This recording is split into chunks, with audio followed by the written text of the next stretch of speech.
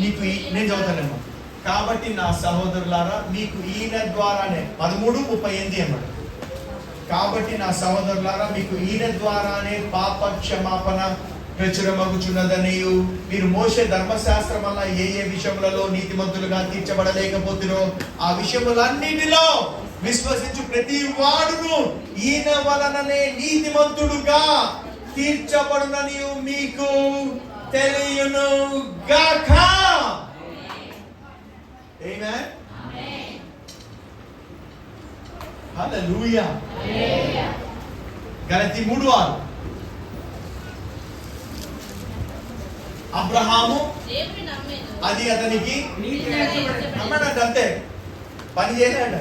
అబ్రహాము దేవుని నమ్మెను, అది అతనికి నీతిగా ఎంచబడింది. కాబట్టి విశ్వాస సంబంధులే అబ్రహాము కుమారులని మీరు తెలుసుకోండి. దేవుడు విశ్వాస మూలముగా అన్యజనులను